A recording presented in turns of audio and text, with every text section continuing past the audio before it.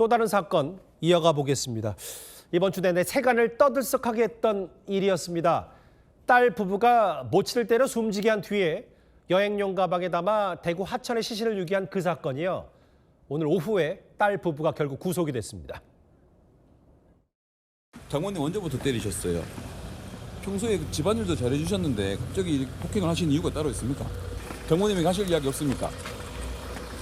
왜 대내서 캐리어 실어서 버리셨어요? 한마디 해주세요. 엄마가 1시간 넘게 맞고 있었는데 왜 가만히 있었습니까? 엄마 도와주고 싶은 마음은 없었어요? 신고하실 생각은 없었습니까? 엄마에게 한마디만 해주세요. 엄마한테 미안한 생각 안 듭니까? 이 충격적인 사건 전국부 강시영 부장과 함께 짚어보겠습니다. 일단 아까 나왔던 다시 이제 호송차에 탑승하는 모습 잠깐 보면 이 사람이 딸이고요. 검은색 모자에 흰색 마스크 쓰고 고개 푹 숙이고 취재진의 질문에 묵묵부답 그대로 들어가고요.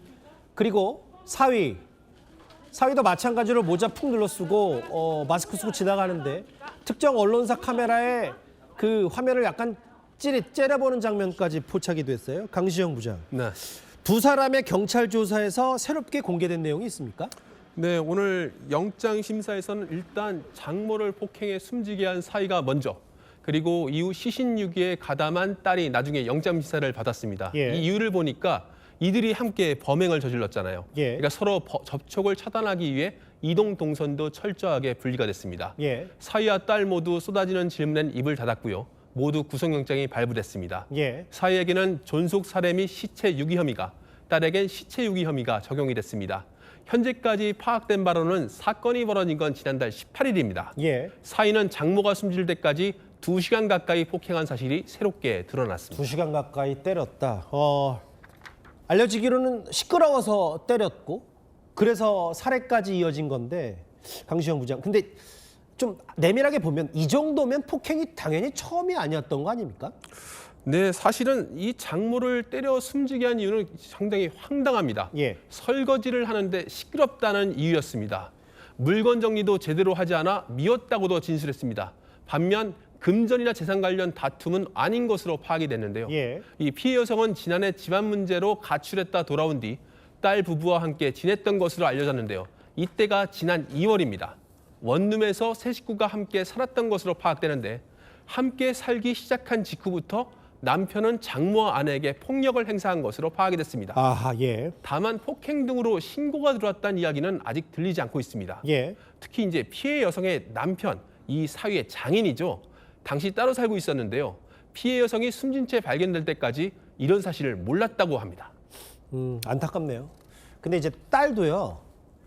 본인이 이제 남편에게 맞을까 봐 두려워서 신고를 못 했다. 이건 사실인 겁니까? 사실 엄마가 폭행을 바로 옆에서 당하는데 왜 딸이 말리지 않았는지 궁금증이 많았는데요. 경찰 조사에서 어느 정도 실마리가 나왔습니다. 딸은 경찰 조사에서 자신 역시 맞을까 봐 두려워 말리지 못했다. 이렇게 진술한 것으로 확인이 된 겁니다. 장모가 숨진 뒤 시신을 여행용 가방에 넣어 인근 대구 신천에 유기하자는 남편 제안에도 별 저항 없이 응한 것으로 알려집니다. 예. 실제로 당시 CCTV를 보면요. 옷을 맞춰 입은 이들 부부가 큼지막한 여행용 가방을 끌고 걸어가는 모습이 고스란히 포착됐습니다. 실제로 딸은 남편, 그러니까 이 피해 여성의 사위에게 여러 차례 맞았다고 진술한 것으로 알려집니다. 이제 강시영 부장의 취재 내용을 저는 이해는 되는데 중요하니까 그래도 아무리 폭행은 그렇다 치더라도 시신 유기까지 동조했다는 게 선뜻 이해는 잘 되지 않아서요. 네, 좀 더 구체적인 수사가 좀 더 진행돼야 하겠습니다만은 예. 일단은 저의 추측컨대 잦은 가정폭력으로 남편의 폭력 앞에 무기력한 상태가 이어졌다는 것에 무게가 실립니다. 예. 실제 딸의 몸에도 남편에게 맞은 흔적이 발견됐다고 합니다. 결국 어머니가 맞는 것을 보고도 아무것도 하지 못했고 이는 참혹한 비극으로 마무리가 됐습니다.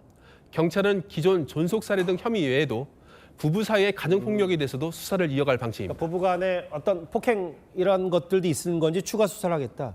근데 이게 지금 사실은 사람들 인적이 드문 곳도 아니라 산책로에 있는 대구의 신천 그 잠수교 밑에서 발견이 됐는데 이 정도면 전형적인 계획범죄. 그러니까 나중에 드러나는 지연으로 할 수 있는 범죄를 계획하고 꿈꿨던 건 아닌가. 이런 분석도 가능할 것 같아요. 네, 실제로 일정을 보면요. 딸 부부가 유기한 시점은 지난달 18일입니다. 그런데 시신이 담긴 여행용 가방은 열흘을 훌쩍 넘긴 그제 오전이 돼서야 발견이 됐고요. 이건 시신을 여행용 가방에 유기하는 수법은 범행 후 추적을 어렵게 하는 전형적인 지연 발견형 범죄로 꼽힙니다. 예. 일반적인 진가방처럼 위장해서 주변을 속일 수가 있고요. 은밀한 장소로 쉽게 옮길 수 있다는 점도 악용한 겁니다. 잠깐만요. 이제 화면에 보면 캐리어가 발견된 게 사실은 시신 유기할 때 전날에 비가 왔기 때문에 수위가 높아졌고 그러니까 저 신천에 물이 쭉쭉 빠지는 시간이 좀 걸리기 때문에 그런 점들을 노려서 악용을 했다. 뭐 그런 가능성도 배제할 수는 없습니다만 일단 시간이 오래 지나면 또 시신 훼손이 심해서 신원 확인이나 사인 규명 등이 어렵다는 점도 감안할 수 있겠죠. 그렇겠죠. 예, 경찰은 DNA 분석 등을 통해서 피해 여성 신원을 비교적 빨리 확인할 수 있었고요. 이 토대로 추적을 해봤더니 예. 딸 부부가 시신을 담은 여행용 가방을 신천에 버리는 모습을 결정적으로 포착하면서 이번 사건의 전말을 확인할 수 있었습니다. 특히 의문이 남는 거는요. 예. 이 환한 대낮에 그러게요. 그것도 사람들이 몰리는 전통시장을 지나서 예. 산책하는 사람이 많은 신천에 유기한 이유에 대해서는 추가적인 수사가 필요해 보입니다. 그러니까 버젓이 저 CCTV 너무 뚜렷하게 포착되는데도 시신을 유기했다. 이 부분은 추가 수사가 필요할 것 같습니다. 잘 들었습니다. 전국부의 강신영 부장과 함께했습니다.